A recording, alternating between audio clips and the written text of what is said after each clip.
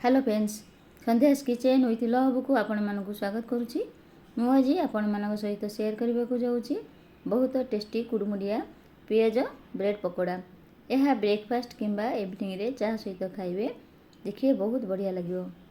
यही पियाज पकोड़ा किपरि बनी जानापी वीडियो को स्किप न करी फुल वॉच करूँ। जदि वीडियोटी भल लगे तेज गोटे लाइक करेंगे, शेयर करेंगे, चैनल रे नुआ थिले निश्चय सब्सक्राइब करेंगे।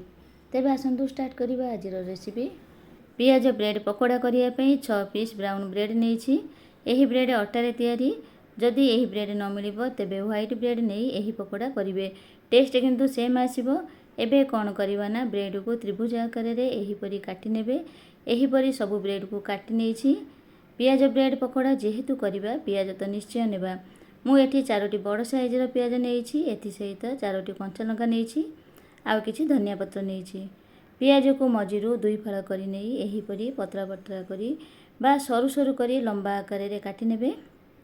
सबु पियाज को काटी नेछि। पियाज कटा को हाथ रे एहीपरि खोली गोटी गोटी करी नेबा।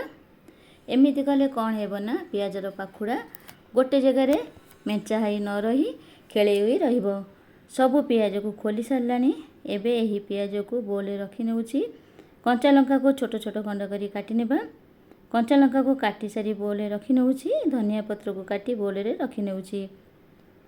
सबु को बोले रखी सारी एथिरे गोटे कप बा 200 ग्राम रे बेसन, 2 बड़ चमच चाउल गुंड, गोटे चमच हळदी गुंड, कलर पई काश्मीर लंका गुंड गोटे चमच, हाफ चमच लूण बा स्वाद अनुसार लूण, गोटे चमच जुआनी हाथ रे एहीपरि मक्ची पकई नेबे।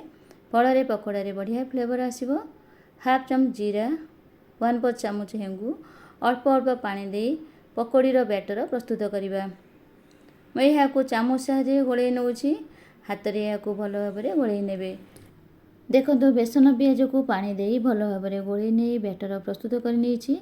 बैटर रो कंसिस्टेंसी एतिक रखिबा। यहाँ को बेसी पतला बा बेसी बहलिया करबानी। एबे पियाज ब्रेड रो पकोड़ा छानिबा।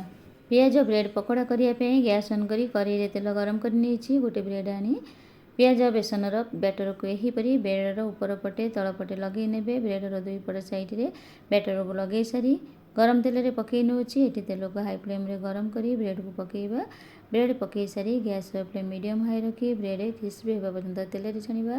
ब्रेड रो गोटे पट साइड हो गेला परे उल्टा पल्टा करी मीडियम हाई फ्लेम रे छानी नउछि।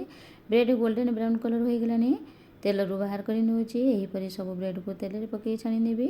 देखंतु सब ब्रेड को छानी नेछि। यही पियाज ब्रेड पकोड़ा ऊपर क्रिस्पी भीतर पूरा सॉफ्ट रहिबो। आवाज रो जानि पारथिबे पियाज ब्रेड पकोड़ा केते क्रिस्पी होइछि। एहा को टमाटो सॉस सहित खाइबे बहुत बढ़िया टेस्ट लागिबो। आशा करूछि ए रेसिपी निश्चय आपन मानको भल लागिबो। एही प्रोसेस रे पियाज ब्रेड पकोड़ा बनांतु खांतु। रेसिपी केमति लागिला कमेंट करि जणांतु। आज पे रहिली पुणी आसीबे गोटे नुआ रेसिपी नै कि से पर्यंत रहिली। नमस्कार, जय जगन्नाथ।